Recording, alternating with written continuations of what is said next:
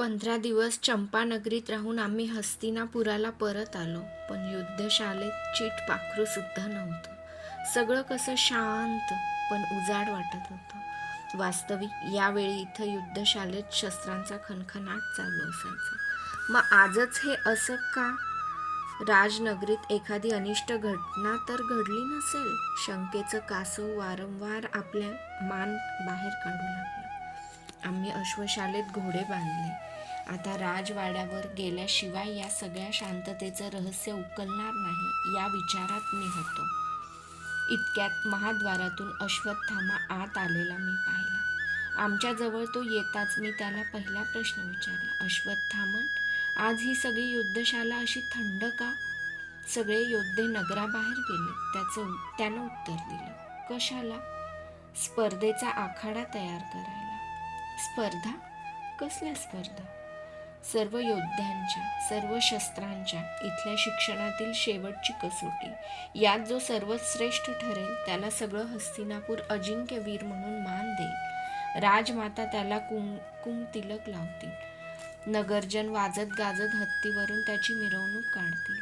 केव्हा येणार या स्पर्धा? मी औत्सुक्यानं विचारलं. येत्या वासंतिक पौर्णिमेला. आजच अमात्य वृषवर्मांनी सगळ्या देशाच्या राजांना तशी आमंत्रणं पाठविली आहेत. हा युद्धशालेचा आखाडा फारच अपुरा पडेल म्हणून नगराबाहेर एक भव्य आखाडा तयार करायचं चाललं आहे. गेले 15 दिवस सगळे तिकडेच आहेत. रात्रंदिवस अविश्रांत खपताहेत. स्पर्धा केवळ 8च दिवसांनी? आता गुणावगुणांची खरी कसोटी लागणार. स्पर्धा म्हणजे गुणावगुणांचं मूल्यमापन करणारी तुला. ठीक आहे. आता या हस्तिनापुराला कळून येईल की कोण कोण आणि कशा कशात निपुण आहेत. आत्ताच गुरु द्रोणांच्या लाडक्या शिष्यांचा, त्या अर्जुनाच्या खोट्या प्रतिष्ठेचा घडा त्या आखाड्यात ताडकन फुटेल. गुरु द्रोणांशिवाय या जगात दुसरं काही आहे याची त्याला जाणीव तरी आहे काय?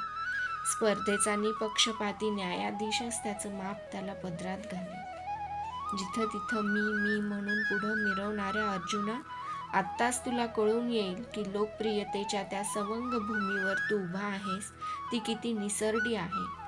गुरु द्रोणांच्या छायेत वाढलेल्या भूछत्रा, आत्ताच तुला कळून येईल की तुझ्या गुरुपेक्षा हजारो पटींनी माझा गुरु श्रेष्ठ आहे. माझं मन विचारांचं जाळं गुंफू लागलं. युद्धशालेत घडलेल्या आजवरच्या सर्व घटनांचा काळा धागा मनाच्या हातात होता. ही स्पर्धा झालीच पाहिजे. ते 8 दिवस मला 8 युगांसारखे वाटू लागले. कारण गेली 6 वर्ष त्या अर्जुनानं माझा मार्ग रोखून धरला होता. माझा एकट्याचाच नव्हे तर सर्वांचाच. त्यामुळे दुसऱ्याकडे लक्ष द्यायला सुद्धा गुरुद्रोणांना सवड मिळालेली नव्हती. कधीही त्यांनी त्याच्याशिवाय कुणाच्याही पाठीवरून मायेनं हात फिरविलेला नव्हता. 1 नाही, 2 नाही, चांगली 6 वर्ष त्यांनी उपेक्षेच्या अग्नीत माझ्या कोवळ्या मनाचे अंकुर अक्षरशः जाळून टाकले होते. माझ्या जागी दुसरा कोणीही असता तर हे हस्तिनापूर आणि या हस्तिनापुरातील आत्मप्रौढींची ही साचलेली सगळी डबकी यावर लाथ मारून उद्वेगानं इथून केव्हाच चालता झाला असता.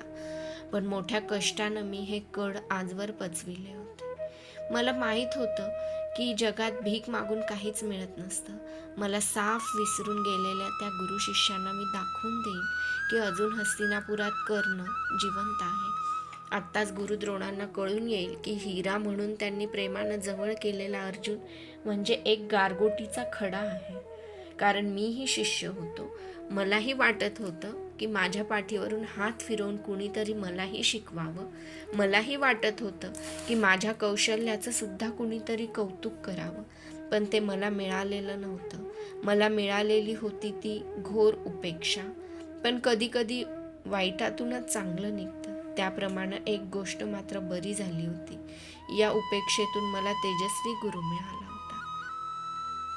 साक्षात सूर्यदेवांना मी गुरु केलं होतं.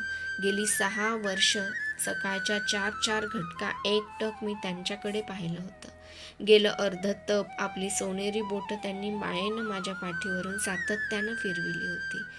जीवनाचं तेजस्वी तत्वज्ञान मूकपणे शिकविलं होतं. माझ्या हृदयाचा कुंभ आपल्या दिव्य तेजानं काठोकाठ भरून दिला होता. गुरुदेव, या स्पर्धेत यशस्वी झालो तर गुरुदक्षिणा म्हणून मी तुम्हाला काय द्यायला पाहिजे? या विश्वाचा कानाकोपरा उजळणाऱ्या तुमच्यासारख्या तेजाच्या निधीला मी पृथ्वीवरचा एक यत्किंचित सुपुरुष काय देऊ शकणार? देण्यासारखं माझं असं माझ्याकडे केवळ शरीरच आहे. ते तर मी तुमचा शिष्य झालो त्याच दिवशी तुमच्या स्वाधीन केलं आहे. आता तुमच्या शिष्याची गुरुदक्षिणा तुम्ही कुणाकडे मागणार? शोनाला घेऊन मी आणि अश्वत्थामा नगराबाहेरच्या त्या स्पर्धेच्या आखाड्यात आलो. सगळे शिष्य योद्धे तो आखाडा सुशोभित करण्यासाठी अविश्रांत खपत होते. आता जवळजवळ सर्व तयारी झाली होती. किती भव्य होता तो आखाडा. 1 योजनांची जागा त्यानं गोलाकार व्यापलेली होती. प्रत्येक शस्त्र विभागासाठी मध्यभागी एक असा स्वतंत्र आखाडा होता. ते सगळे 13 पोट आखाडे शस्त्रांनी सुसज्ज होते. पूर्वेकडच्या महाद्वाराच्या बाजूला गदा, खडग, भाला, चक्र, प्रास यांचे 5 आखाडे होते. पश्चिमेच्या बाजूला शतघ्नी, भ्रुशुंडी, तोमर, पट्टे आणि शूल यांचे 5 आखाडे होते. दक्षिणेकडे अश्वारोहण आणि गजारोहण यासाठी भव्य पटांगण होते. उत्तरेकडे मल्लांसाठी आणि द्वंद्वासाठी एक आखाडा होता. त्यात ताक आणि चंदनी तेल यात मळलेली मगधांच्या राज्यातून आणलेली निवडक तांबडी माती पसरलेली होती. आखाड्यावर कुठंही उभं राहून पाहिलं तरी बरोबर मध्ये दिसेल असा धनुर्विद्येचा भव्य पोट आखाडा दिसे. त्यावर धनुर्धरांसाठी 20 हात उंच आणि 20 हात लांब असा संगमरवरी दगडांचा चौथरा होता. त्याचे दगड निषादांच्या राज्यातून मागविले होते. त्या चौथऱ्यांवर कौरवांनी त्रिकोण ध्वज निळ्या आकाशाला थपडा देत उभा होता. या दगडी चौथऱ्यावर स्पर्धा संपेपर्यंत गुरुवर्य द्रोण पंच म्हणून उभे राहणार होते. याच स्पर्धात सर्वश्रेष्ठ ठरेल त्याच्या गळ्यात ती नीलकमलांची सुवर्ण धाग्यात गुंफलेली पुरुष उंचीची मानाची गौरवमाला घालणार होते. सगळं नगर त्या सजविलेल्या हत्तीवरून अंबारीतून मिरवणूक काढणार होतं. राजमाता त्याला केशरी टिळा लावून आदरानं ओवाळणार होत्या. हस्तिनापुरातील सर्वश्रेष्ठ अजिंक्य वीर म्हणून साऱ्या आर्यवर्तात तो मानानं मिरविणार होता, आदरला जाणार होता. त्या सर्व आखाड्याभोवती प्रेक्षकांची गोलाकार जागा होती. पूर्वेकडील बाजूला राजकुलातील लोकांसाठी उंच जागेवर प्रशस्त बैठकी तयार केल्या होत्या. त्यांच्या मध्यभागी पितामह भीष्मांचं भव्य आसन उभं होतं. त्याच्या उजव्या हाताला विदुरांचं आणि डाव्या हाताला महाराज धृतराष्ट्रांचं आसन होतं. त्या सर्व आसनांच्या डाव्या बाजूला एक प्रशस्त डेरा उभा केला होता. त्याला झिरमिरीत वस्त्रांचे पडदे लावले होते. त्या डेऱ्यात सर्व राजस्त्रिया बसणार होत्या. तो आखाडा पाहण्यासाठी नगरातील लोक आपली दैनंदिन कामं टाकून येत होते. तो भव्य आखाडा पाहून चकित होत होते. ते आपापसात कुजबुजत होते. कुरुकुलातील एकाही राजाच्या कारकिर्दीत एवढा मोठा आखाडा एकाच वेळी भरविलेला ऐकिवात नाही. कोण पटकावणार सर्वश्रेष्ठ अजिंक्य वीर म्हणून मानाचा तुरा? भीम, अर्जुन, दुर्योधन, दुःशासन. आम्ही परतणार होतो, कारण 100 योजनांचा प्रवास करून आम्ही नुकतेच चंपानगरीहून आलो होतो. पण अश्वत्थामा म्हणाला, कर्णा, सगळ्या शिष्य योद्ध्यांनी हे पटांगण सजविण्यासाठी काही ना काही हातभार लावला आहे. तुम्ही दोघांनी काय केलं आहे? काय करायला पाहिजे सांग. आश्रमकुमार असल्यामुळे कामाची समविभागणी त्यांच्या अंगवळणी पडली होती. तो मला तसं सोडणार नव्हता. तो विचारात पडला, कारण काही सांगावं असं काम आमच्यासाठी शिल्लकच नव्हतं. एक सेवक एक तलम वस्त्रांची गुंडाळी काखोटीला मारून समोरून आत चालला होता. त्याला त्यानं बोलावलं आणि विचारलं, काय रे, काय आहे तुझ्या काखेत? आण ते इकडे. या दोघांना काहीतरी काम लावूया. त्याच्या काखेतील गुंडाळी अश्वत्थाम्यानं ओढून घेतली. तिची 2 टोकं हातात धरून ती त्यानं सरळ केली. ते कौरवांचं राजचिन्ह होतं, एका तलम रेशमी वस्त्राच्या जरीच्या सोनेरी धाग्यांनी विणलेलं. माझे डोळे आनंदानं चमकले.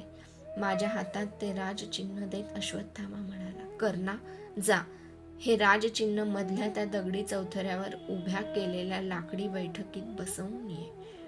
मी ते राजचिन्ह हातात घेतलं आणि दगडी चौथऱ्यावर चढलो. लाकडी बैठकीत पूर्वेकडे तोंड करून ते मी बसविलं.